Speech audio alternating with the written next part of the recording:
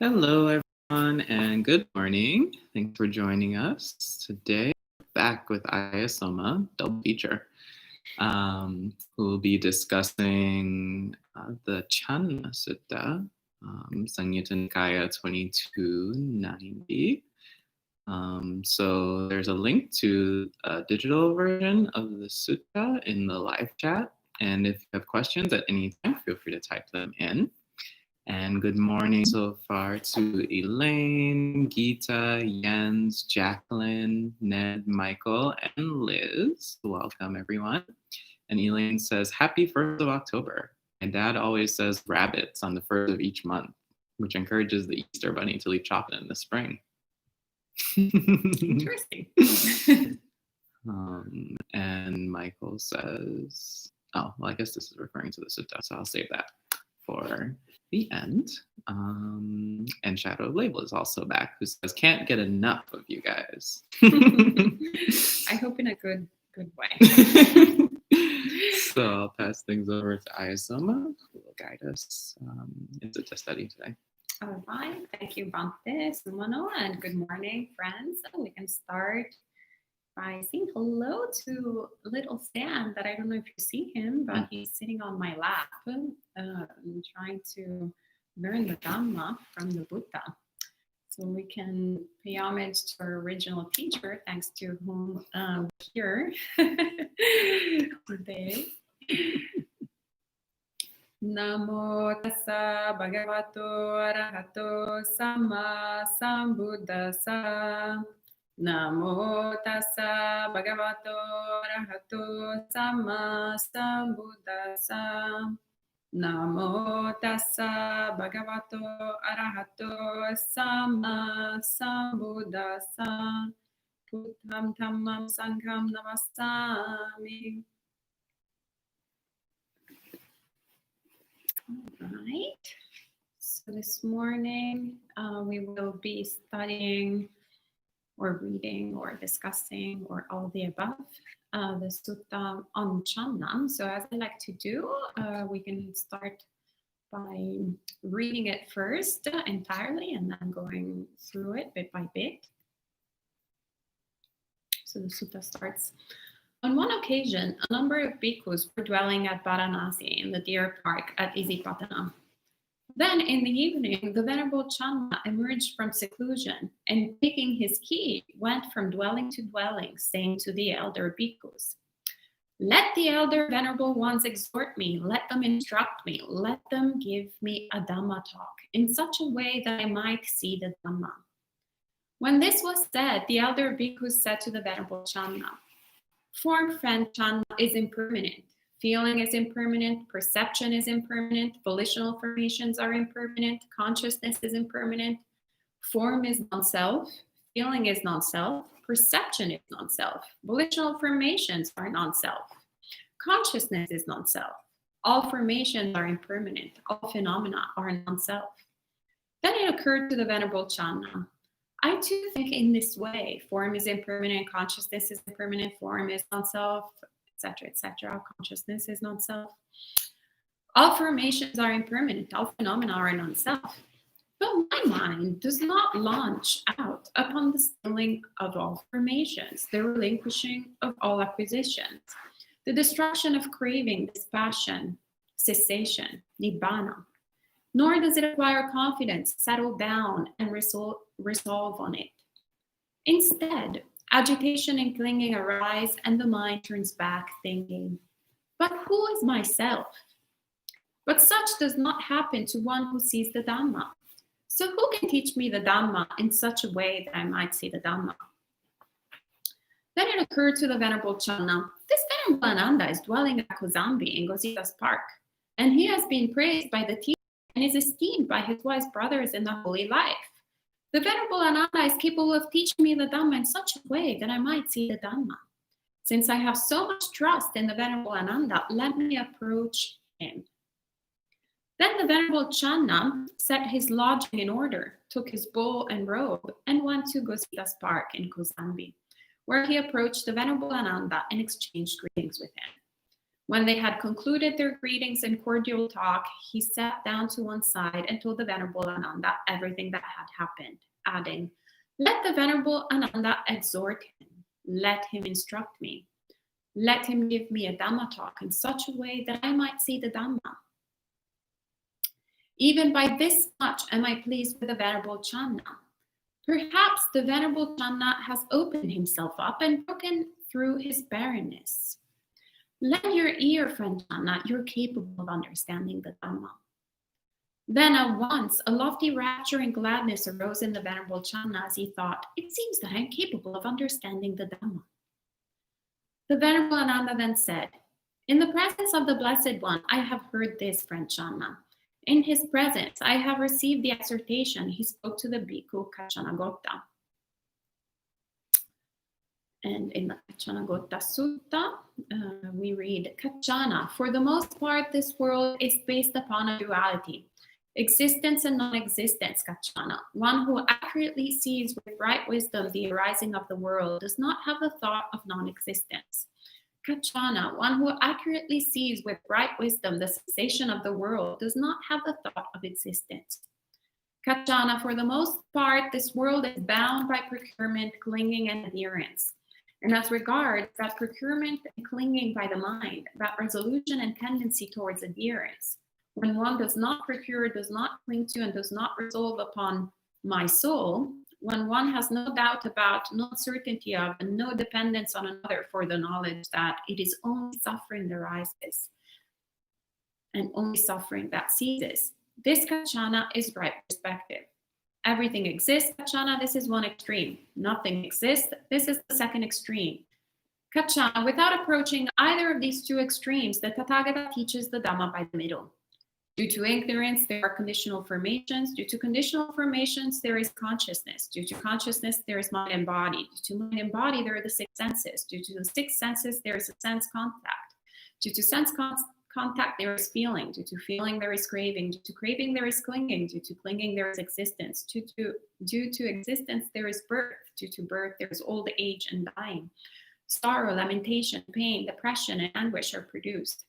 In this way, there is the arising of the mass of suffering. However, when there is complete detachment from and cessation of ignorance, there is the cessation of conditional formations. From the cessation of conditional formation, there is a cessation of consciousness.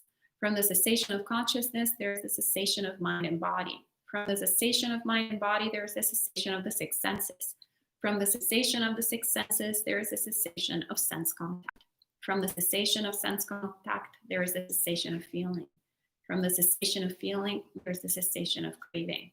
From the cessation of craving, there is the cessation of clinging. From the cessation of clinging, there is the cessation of existence. From the cessation of existence, there is the cessation of birth.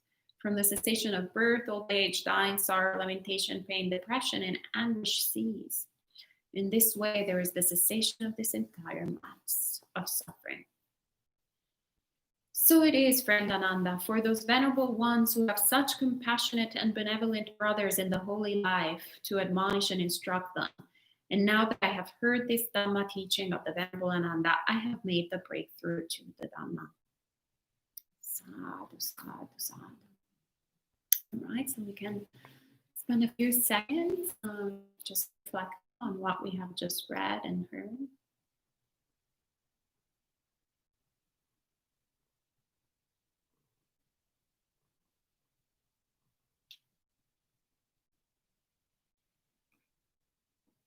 Right. I always like to read the suttas first in one shot. So the mind is fresh and not sort of pointed in any type of direction by whoever is reading. But rather we can kind of have the time to have a gut feeling, gut understanding of what the Buddha is trying to say.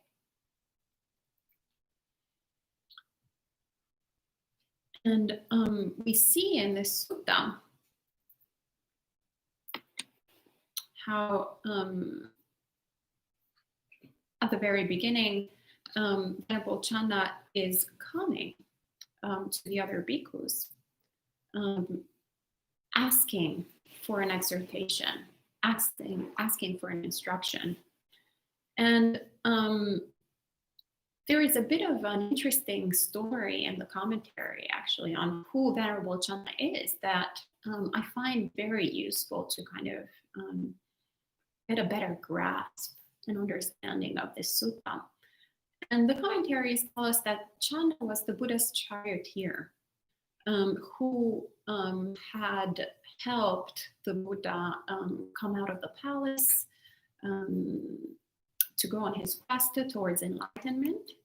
And because of his sort of close connection to the Buddha, when he ordained as a Buddhist monk, he developed a lot of conceit, a lot of arrogance, and was very much subject to harsh speech towards his other spiritual companions.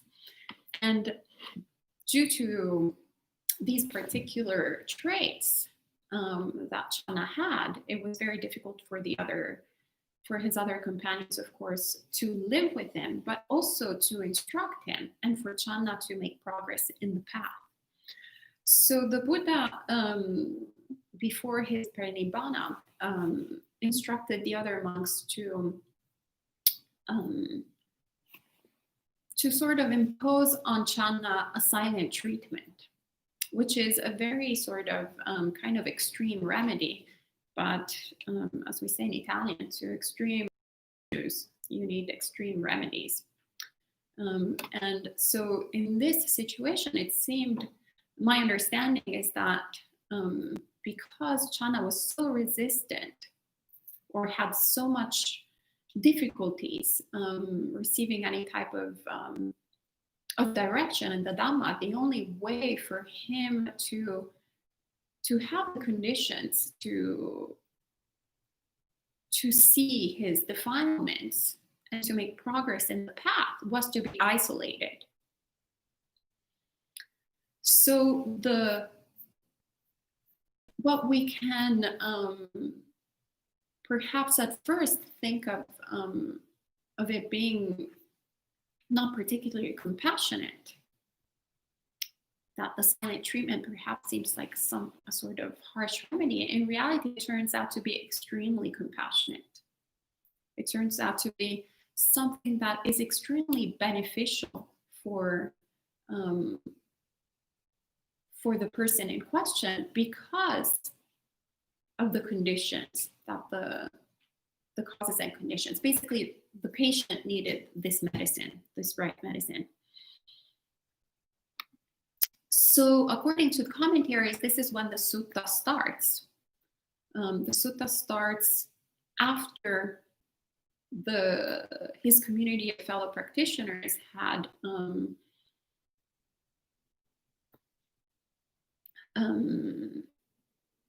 put the silent treatment on Venerable Channa for quite some time, and this sense of urgency arises in his mind. So he's ready. He's looking for instructions, and so he goes from door to door, fundamentally asking for the Dhamma, for the preciousness of the Dhamma, which also, I have to say, is very humbling, because it makes us, at least it made me think of how privileged we are these days, that with just a click of our fingertips, we can have access to the suttas, we can have access to the Dhamma.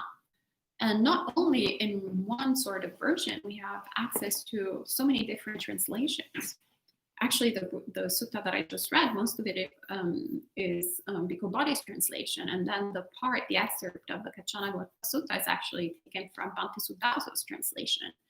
But there's also Bhante Sujata's translation. There are so many translations. It's incredible how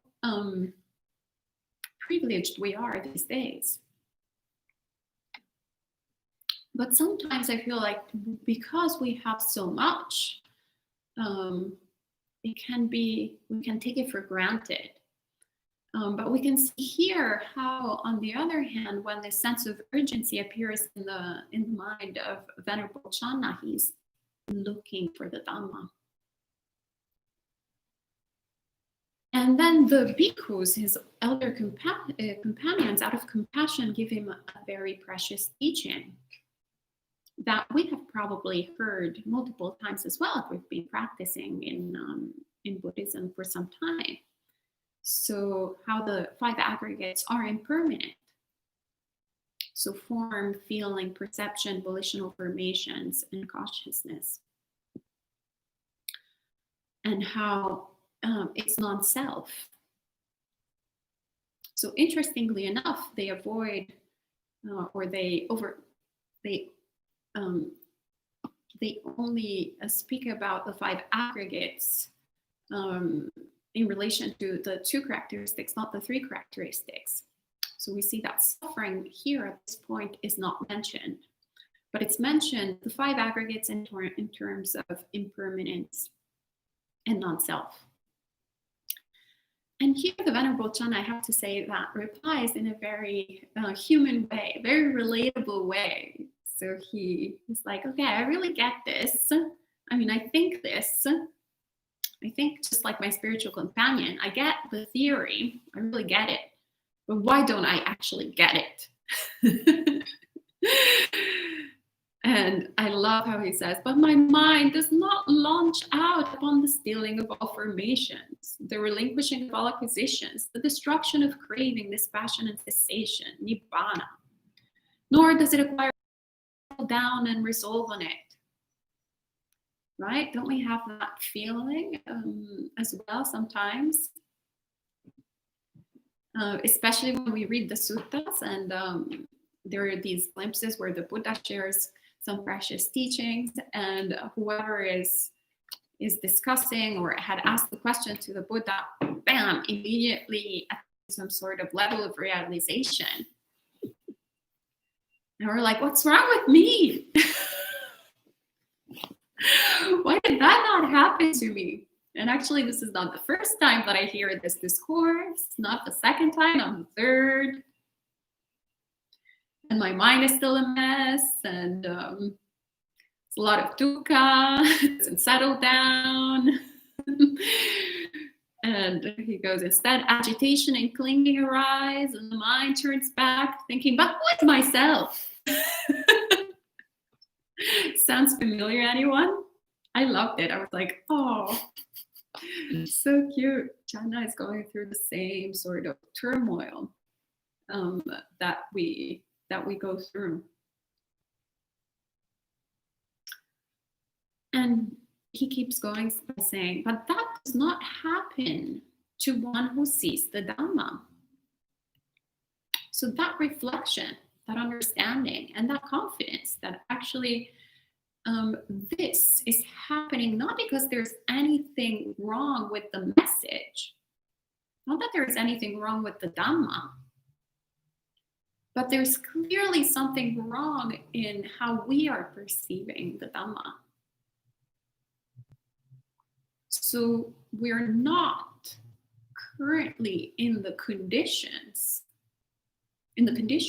to see the Dhamma thoroughly, to really understand it, to really, for it to come to fruition and realization in our mind.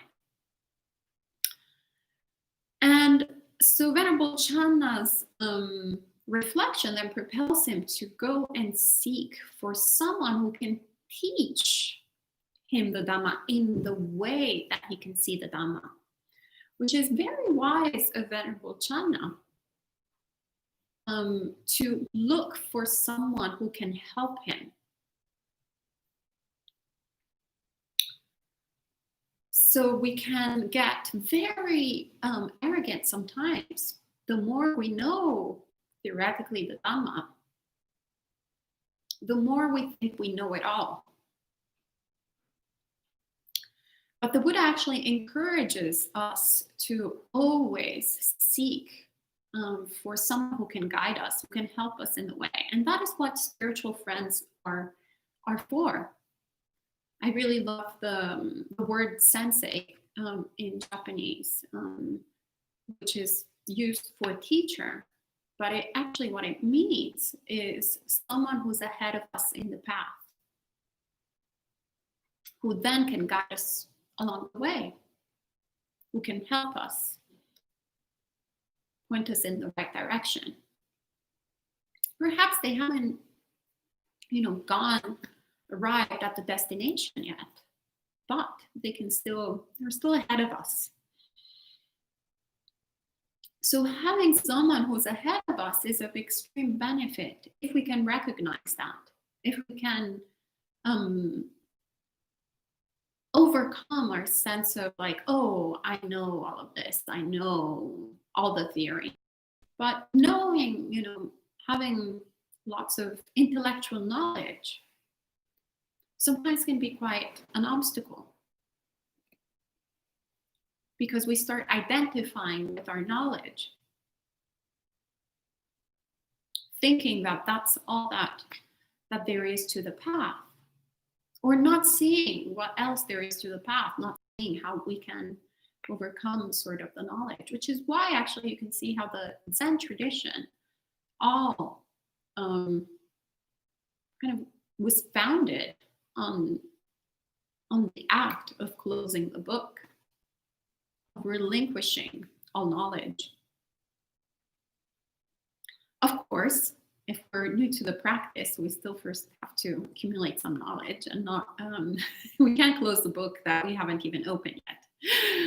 So it's very important to always see whatever kind of teaching we encounter from different traditions in the right context. But anyway, getting back to the sutta, it's a very important sign of humbleness of Channa to go and seek for someone who, at least I take it this way, can understand his particular sort of karmic conditions. Having run this organization, for example, at Buddhist Insights, for so many years, in which we had so many different teachers from so many different lineages and with so many different ways of and abilities of sharing the Dharma, I noticed how there a lot of times it's not even the individual themselves that can teach everyone, but rather there's special connections between special teacher and individual. And so words of Dhamma that have no impact whatsoever on me would have great impacts on other friends and other spiritual friends, and vice versa. Teachers that I would find mind-blowing for my spiritual practice, that would really guide me and help me understand better the Dhamma, had very little impact on others. So this is also the work that we need to do, really understand who is it that, what are we needing right now? Who's the best person to ask advice for? Who can we have a good connection with? And this is, for example, what brought me to gravitate towards Bhaktisiddhanta's teachings, for example. They really worked with my mental conditions. It what brought me to gravitate towards Venerable Bhikkhu Bodhi's teachings. Work perfectly on me. Venerable Thich Hai from the Thich Nhat Hanh tradition works great medicine to my mind. Venerable Robina Cortin, great slaps on my face of my ignorance. Ken Modralma, incredible teachings on compassion. Venerable Panyavati, wisdom and compassion mixed together. So really looking what arouses the mind and leads it towards knowledge and understanding.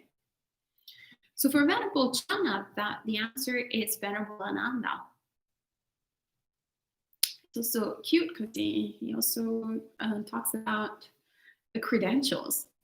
So it's not that he's just like, oh, I really like Ānanda, like so cute, like I love him, like such a nice person. No, he's saying he has been praised by the teacher and is esteemed by his wise brothers in the holy life. So looking a little bit at the reputation, a lot of times, especially these days, there can be some less than optimal Buddhist centers or Buddhist teachers around, but there are also like some exceptional Buddhist teachers they're around. So very important to do our research ahead of time and see what kind of reputation is going around. Very easy to do it today. You just put any type of organization on Google and you'll have a lot of results. And then you can see, of course, finding perhaps 1 or 2 people, 3 people that are not particularly pleased with one person can happen. But there is a whole decades of abuse and scandals and less than optimal situations. Perhaps it's not exactly the right person or organization where to go to. And vice versa. If there is, very good wholesomeness coming up, and perhaps it is a person or an organization that we can trust. So, this is what Venerable Channa does. He checks the Venerable Ānanda's reputation. It passes. And that's the basis for his trust. So he said, since I have so much trust in the Venerable Ānanda, let me approach him. And we see that trust is actually a very important basis for our Dharma practice, because without trust, we're going to constantly stumble in the hindrance of doubt. And not only will we stumble on it, we'll actually create a big wall at the beginning of our path, which will be very difficult to overcome. So we want to start a relationship on the basis of trust. So going, well, I think I can rely on this individual. I can rely on what they have to say, and I can take it as a working hypothesis rather than doubting every single step of the way, rather than thinking that I know better and not taking the chance.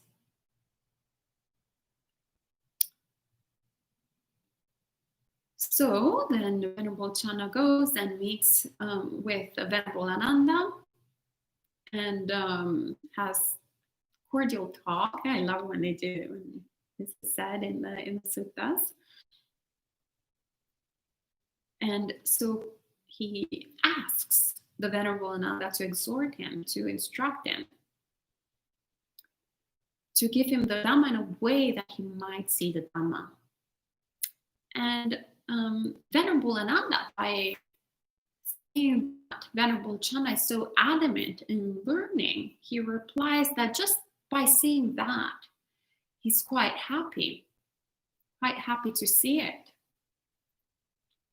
Because it's a clear sign that he has broken through his barrenness. And by barrenness, like the Ānanda is referring to the teachings of the Buddha in the Cetokila Sutta that I believe Bhakti Sudazo gave a talk a while back, a sutta study actually on the Cetokila Sutta. It's where the Buddha talks about the 5 kinds of barrenness that are obstacles in the path, which are first and foremost doubt on the teacher. So no trust in the teachings of the Buddha. That prevents us from arousing energy and sort of commitment to even start this path to begin with. And consequently also doubt in Dhamma and Sangha. So doubting that there is actually a truth worth involving ourselves with. And there is actually even disciples of the Buddha that have been practicing the Dhamma and have come to any type of realization. And then obviously the doubt of the training in and of itself. So the doubting the Noble Eightfold Path So going, yeah, I don't know about this. Maybe yes, maybe no. So once again, there's no kind of basis for energy to arise and for any commitment to the path to arise. And the other thing is the last sort of element of barrenness that the Buddha presents to us is being angry and dissatisfied at our fellow spiritual companions, which then creates the grounds for conceit and arrogance to appear in the path, to appear in the mind and become obstacles for the path. So clearly the issue here for Venerable Channa, according to what we've learned through the commentaries, and also what is kind of showing up, is the issue that he had with his spiritual companions. And so it's clear that Venerable Ānanda understands, just by the fact that actually now Venerable Channa is open to the teachings. He's open. He's asking for a teaching on Dhamma. He understands that perhaps he has overcome this obstruction, this barrenness. And because of that, Venerable Ānanda says, you're capable of understanding the Dhamma, which is such a beautiful statement. So encouraging, so compassionate. Saying, wow, you've really done the work to remove this obstruction that was hindering your path. You are capable. You can do it. Trust in yourself that you can do it. And that immediately, this is so human. I love this sutta so much because it's so human. Venerable Channa is so relatable. And that at once a lofty rapture and gladness arises in his mind. He's like, yes, it seems I am capable of understanding the Dhamma. That is great. That is wonderful. And then Venerable Ānanda shares very important teaching, which is the teaching in the Kaccanagotta Sutta. But I actually don't want to really go through too much the Kaccanagotta Sutta, because it's actually another sutta in and of itself. And Bhante Sudaso already gave an extensive talk that is much better than anything I could go through in 10 minutes today, this morning. So you can go on YouTube and look it up, the Kaccanagotta Sutta. I think he actually did it in 2 sections, so he went in a lot of depth on it. But fundamentally, in essence, he gives him a discourse he shares with him a discourse on non-self and on fundamentally how it's basically only dukkha that arises and ceases. So what had been kind of omitted at the very beginning from other spiritual companions who touched on the characteristics of impermanence and non-self, then Venerable Ānanda also concludes, sort of introduces it in a very skillful way. The characteristic of suffering of our experience.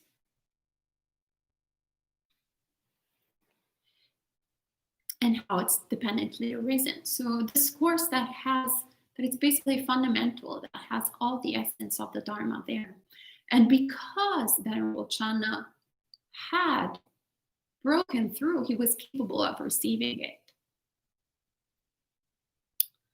And replies, so it is, friend Ānanda, for those venerable ones who have such compassionate and benevolent brothers in the holy life to admonish and instruct them, And now that I've heard this Dhamma teaching of the Venerable Ānanda, I have made the breakthrough to the Dhamma. So what I find incredible here, incredibly beautiful here, is the acknowledgement of the importance of having compassionate and benevolent spiritual friends who are willing to admonish you and instruct you. And especially the admonishment part. So in day-to-day life or in non-Buddhist circles, it's something that we really try to avoid as much as possible, both admonishing and being admonished. It's this really uncomfortable process that we try to stay as clear as possible from. It stings, it feels bad, we don't know how to do it, so much dukkha. But actually, the Buddha gives us so many instructions on how to look forward to admonishment and how to give admonishment out of compassion. What is the most skillful way to do it? And every morning here at the monastery, we actually chant both. And I have here, we'll soon update it on the website. Once upload it, not update it. Once we update the website, we'll upload it. Yeah, we have here giving admonishment and receiving admonishment. Very, very useful instructions that Buddha gave us. So in giving admonishment, really asking ourselves, first of all, out of compassion, really checking our motivations. Am I really going up to Bhante Soma to admonish him out of compassion, out of loving kindness? Am I really looking for his welfare? Am I saying something true? Is it the right time to tell him? Perhaps he's upset about something that is completely unrelated. So coming up with whatever I need to tell him, to point out. Whatever it is that needs to be pointed out, perhaps it's not the right time. Am I saying it gently? It's another factor. Very important. Still working on it.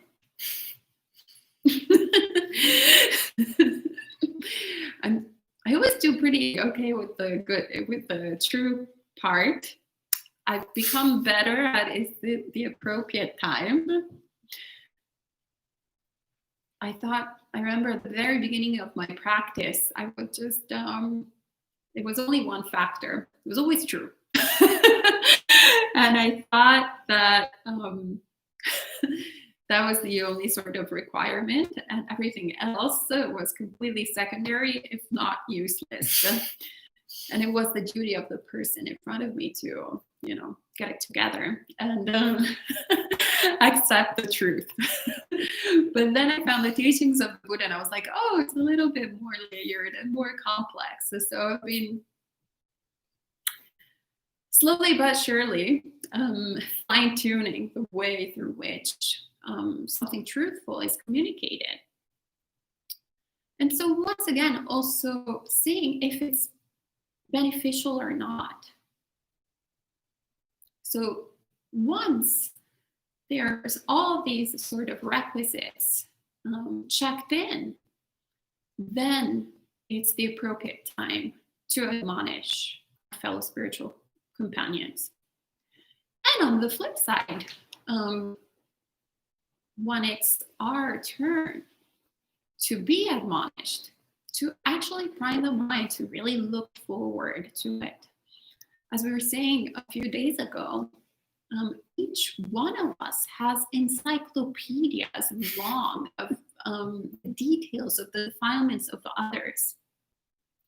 But we're so oblivious of our own. So when we kind of think about this, and when we think that as spiritual practitioners, we're trying to overcome delusion, we're trying to overcome ignorance, then the encyclopedias that our spiritual friends have are incredible repositories of information that we should be looking forward to acquire.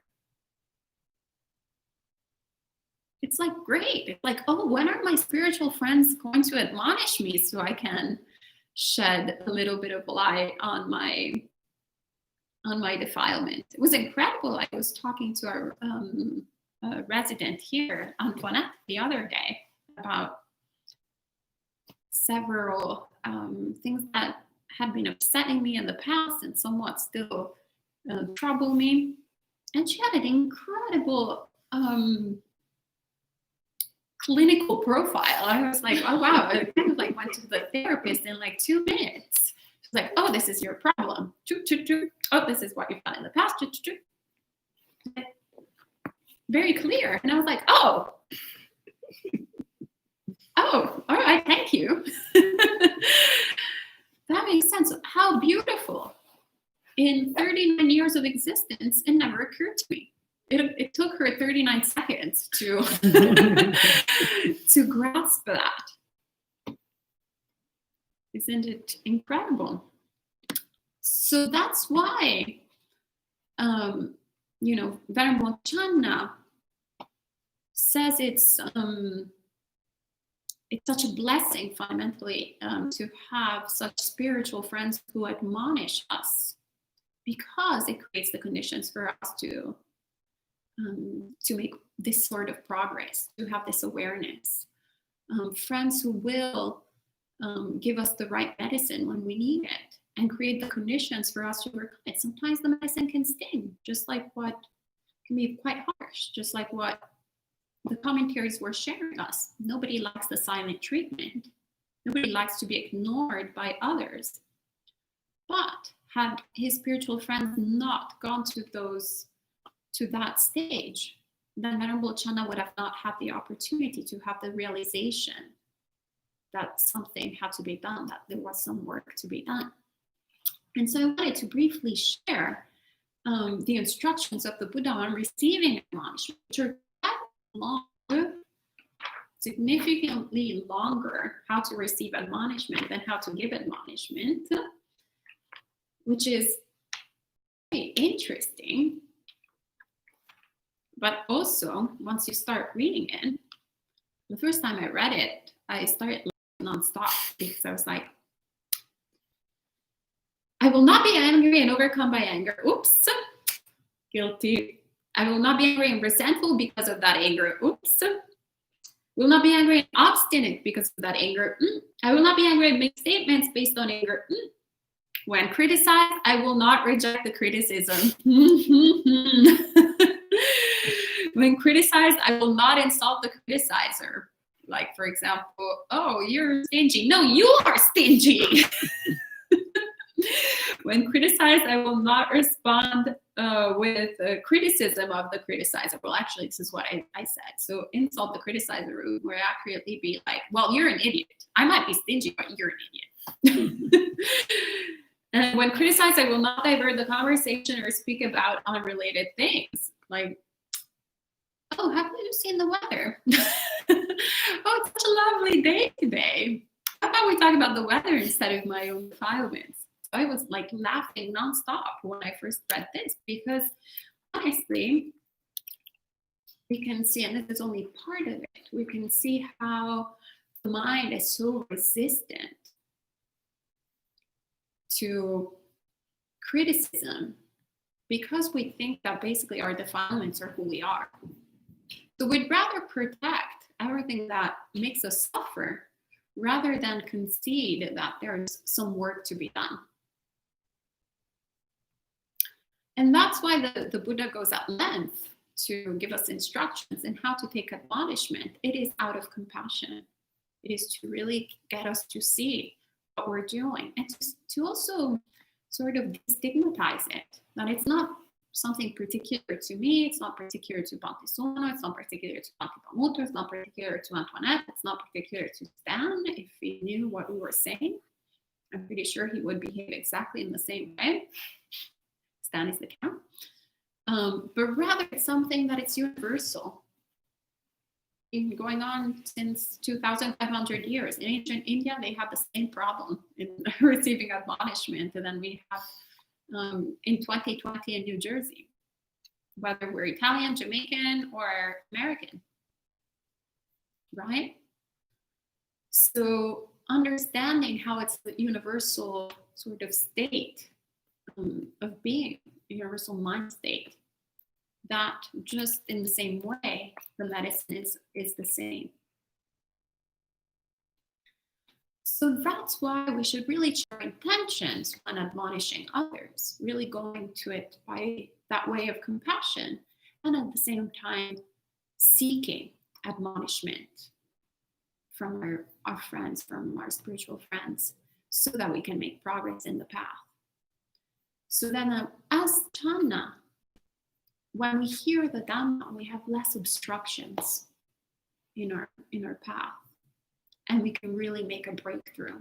It doesn't become just words, but we can actually fully understand the Dhamma, really see it for ourselves, really have a deep experiential understanding of Dhamma.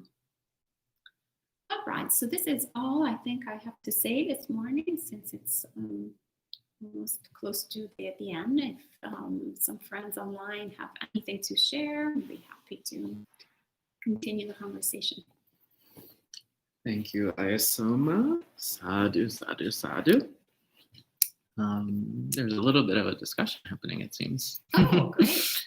Let's see. So Michael's final comment says, I think you answered my questions during your talk, because there were questions that he was writing in during the talk. So, for example, he was saying,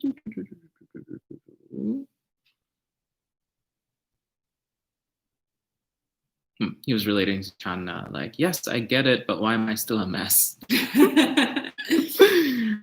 And lots of thank yous from Gita, Jnana, very deep discourse, lots of Dhamma Sutta. And Elaine says, I've been bathing in Dharma with the intent of having some wisdom arise. I know the distinction between academic smarts and wisdom and how different they are. Drop by drop, I'm filling my cup. Just have to patch the crack in the cup so it doesn't run dry. Yeah, welcome to the club. But yeah, there is, this one of the important realizations I had actually with or helpful realizations that I had in my Buddhist practice was to stop equating intelligence with wisdom. So something that actually was a cause of suffering for me my entire life, and not quite fully understanding why some really intelligent people could do some really unwholesome, hold really unwholesome views, say unwholesome words, make unwholesome actions. And I was never fully understanding until Buddhist practice, where we understand that wisdom has nothing to do, or has very little to do. I mean, nothing to do is a big stretch, but little to do with intelligence. And one can be extremely book smart, intelligent, learn the suttas from A to Z, but if they don't develop wisdom and insight in the nature of things, then there's very little progress that is to be made. So that's why an understanding, intellectual understanding of the suttas is important in the way that it puts us in the right direction. But then the work that needs to be done is another level. And she says, will repetition and memorization help me consolidate things, even though I may not have felt the meaning of the sutta? Oh yeah, I think that the Buddha told us, I mean, there is obviously the repetition in the suttas that is helpful for memorization, since it was an oral tradition. So there is that to be taken into account. It's also true that Tatyampi, as we say. I had a Tatyampi ordination. So it was my third attempt in a year to take Bhikkhuni ordination. And there is something about number 3, actually also Samaneri ordination. It took me through like 3 times that I asked my preceptor to ordain me, to go forth. So there's like something about the 3 is the magic number, as they say. So it's an imprint. You know, the first time you might got it wrong. The second time, maybe you're like still on the side. Third time, you really know that this is what you want to do, right? So in the same way, the repetition, I think it has a powerful way of like kind of like knocking at something and putting it in the mind. And yeah, and we see the Buddha, I mean, as my preceptor, original preceptor. Now I have 2, so I can't say my preceptor anymore. The original preceptor, Venerable Channa, used to say, basically the Pali Canon is the Buddha saying the same thing over and over and over and over and over again, with the hope that it eventually will get it. So he says the same thing in just different ways and different sauces, with the compassionate intent of like, maybe this time they'll get it, maybe this time they'll get it, maybe this time they'll get it. So yeah, absolutely. Anything that we do in terms of immersing the mind with Dhamma is always helpful. Definitely cannot be detrimental. So I can only encourage it. Thank you. And Elaine also says, or should I keep hyper-focused on one thing, like, for example, right speech, or both, the hyper-focus and the repetition? Both. And Gita asks, why didn't Channa go directly to the Buddha? The Buddha was dead. Yeah. No option. So, according to the commentary, which I think is actually pretty reliable in the sutta, in the sense that it makes the sutta make sense, was that it was the instructions of the Buddha to his fellow practitioners right before he died. He said, well, the way to help Channa is to isolate him and do the silent treatment to him. And that is what propelled then Channa to seek for teachings from his fellow practitioners, and namely Ānanda was the one that he in the end went to. Mm-hmm. And Shadow of Label asks, does forgiving oneself and others overcome the defilement of self and others? Can you repeat? Does forgiving oneself and others overcome defilement of self and or others? I wouldn't say that it overcomes it, but it definitely helps in the sense of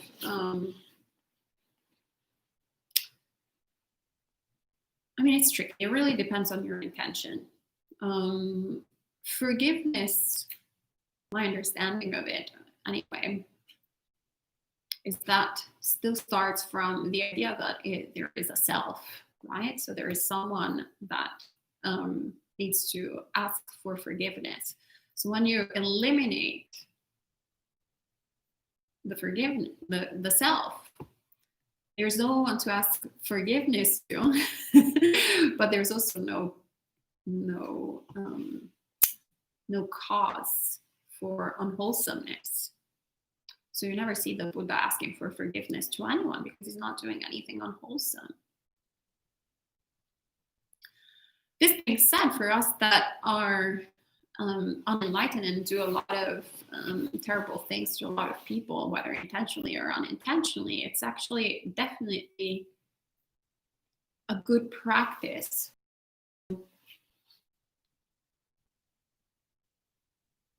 to evaluate the motivations of our mind, to evaluate our actions, and to make amends whenever we can't prevent something. So what we should try to do is prevent unwholesomeness to arise.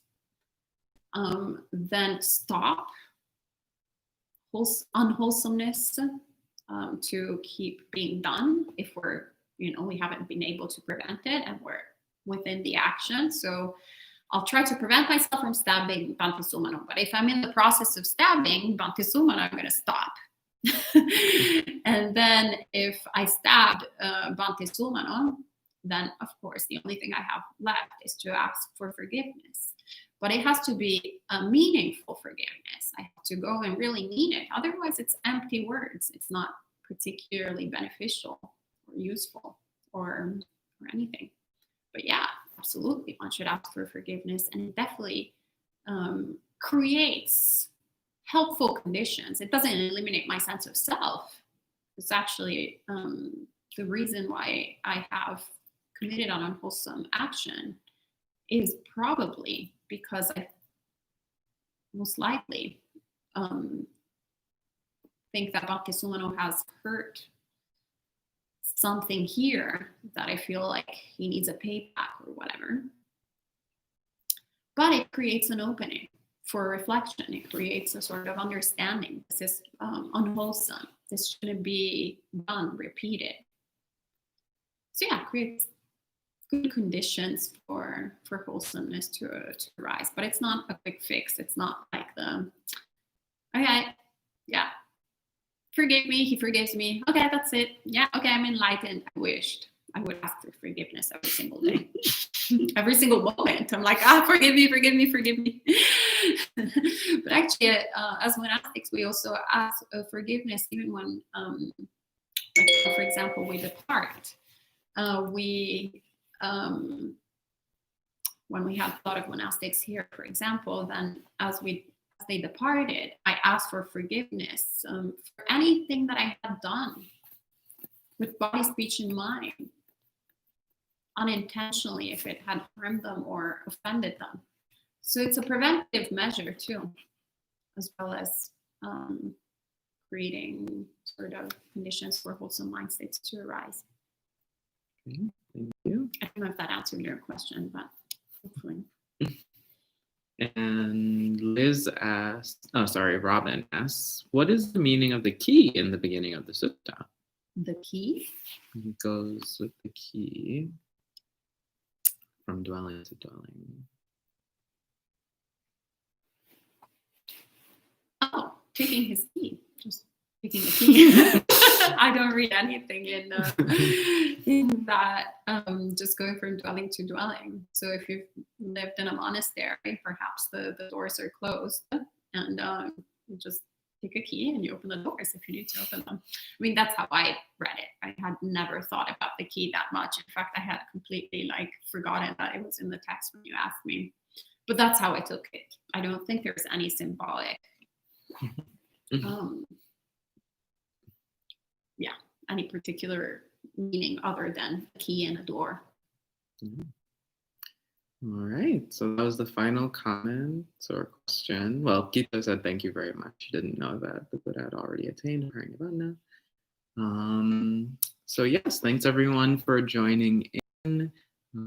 Good to see everyone as always. And if you're available tonight at 7:30 p.m., you can tune in once more for a special series of talks from 5 practitioners here at Empty Cloud. Short talks, so it's not going to be a 5-hour talk.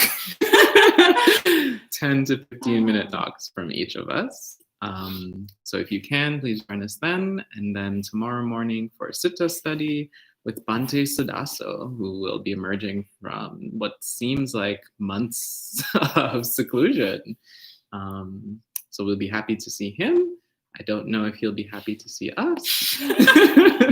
You'll only find out tonight on BNN. Will Bhante Sudaso be happy to see his fellow practitioners? We shall find out.